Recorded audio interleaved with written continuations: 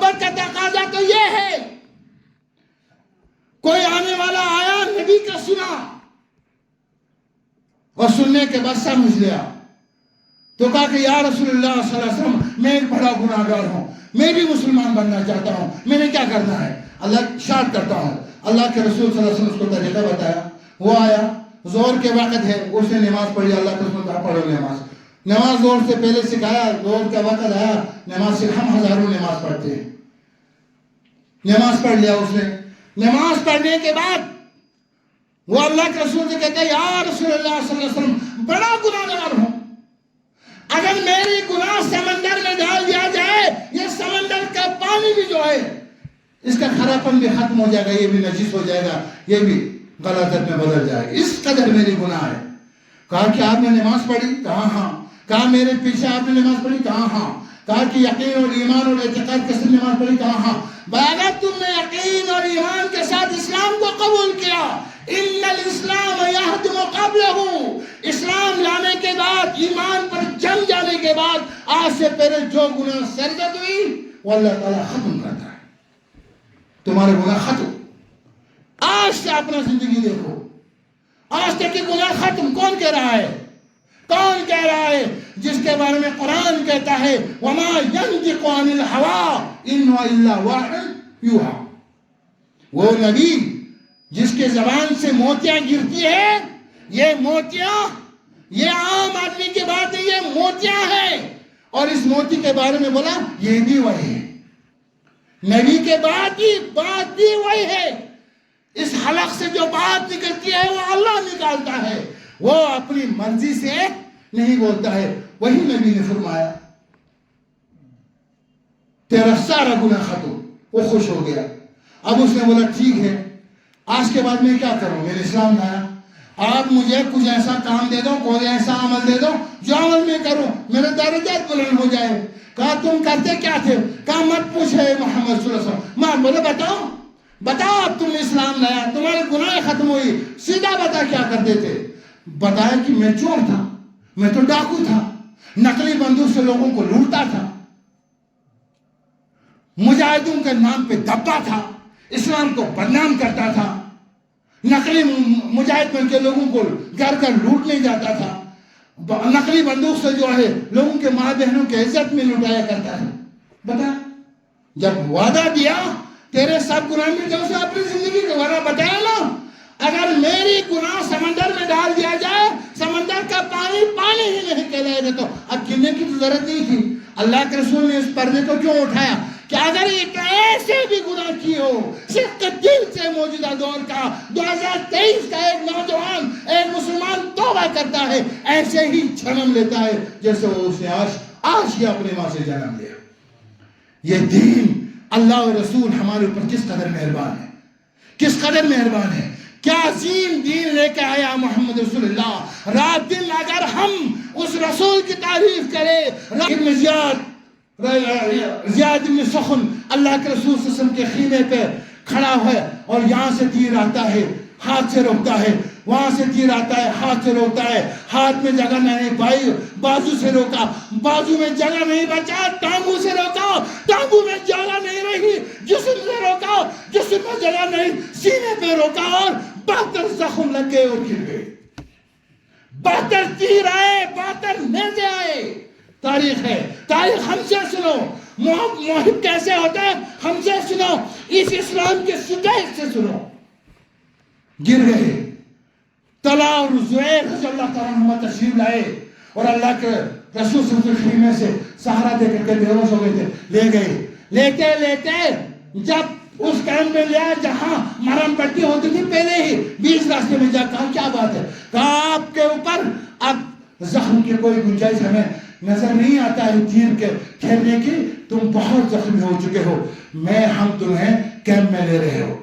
کہیں دیر تک بعض مباحثہ ہوئی، کہا نہیں، میں نے اللہ کے رسول سے وعدہ کیا ہے جب تک جان میں جان ہو میں آپ کے خیمے سے نہیں ہٹوں گا، میرا وعدہ مت توڑاؤ، اگر تم مسلمان ہو، میرے چاہنے اور نبی کے چاہنے والے ہو، مجھے نبی کے تنان کے ساتھ خیمے کے ساتھ پھر لے جا کے کھڑا کرو۔ زور ہوا، اصرار ہوئی، ایک دوسرے سے گفتگو میں رہے، آخرکار کچھ نہیں مانا، پھر لایا، پھر کھڑا کیا، پھر تیر آئے، پھر تلوار چلے. کہتے ہیں کہ ناخن کے برابر جسم پہ جگہ نہیں رہی. بعد میں چند صحابہ رقم تراز ہے، ہم نے گنا 72 تیر، 92 تیر اس کے جسم میں گھسے ہوئے تھے.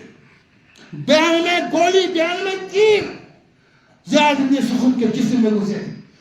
اور اب پردہ سے گر گئے، چیخ نکلی. کائنات کے امام محمد رسول اللہ صلی اللہ علیہ وسلم خیمے سے نکلے اور جیسے کہ سورج طلوع ہو گیا، جیسے کہ چاند نکل آیا. اللہ کے رسول جب خیمے سے نکل گئے، کیا بات ہے؟ کہا کہ زیاد بن سخن اب اس دنیا میں شاید یا رسول اللہ نہیں رہے. کمانڈر نکل گئے، جنگ کا دستور ہے، رک گیا. اب یہاں میں نے ایک بات بتائی، تھوڑی دیر کے لیے 1 منٹ کے لیے میں روک دیتا ہوں. کیا ہوا؟ ابن سخن گر گئے، اللہ کے رسول باہر نکلے، چاند سے بھی روشن ہو گئی دنیا آپ کے نور اختر سے. وہاں سمامہ یمامہ کا گورنر کو پکڑ کے لایا.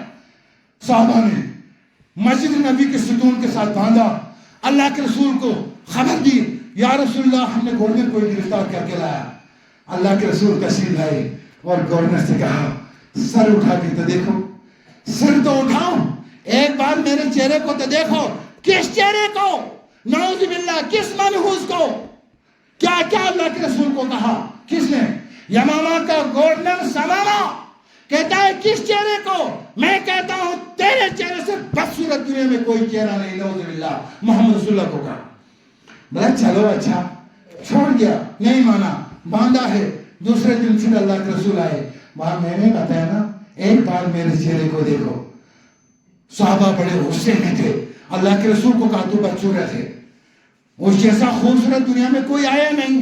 حسن یوسف، دم عیسیٰ، ید بیضا داری، آنچ خوبا ہما دارن تو تنہا داری.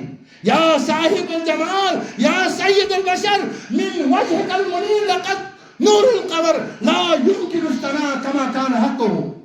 بعد از خدا بزرگ تو بھی قصہ مختصر کہنے والے نے کہا. اس نبی سے کہتا ہے تو بڑا بدصورت ہے، تو غلط. پھر دوسرے دن نبی آیا، بولا چلو اگر میرے چہرہ نہیں دیکھنا چاہتے ہو میرے شہر کی طرف تو دیکھو، اس کھڑکی سے دیکھو، نبی کے شہر مدینے کو تو دیکھو.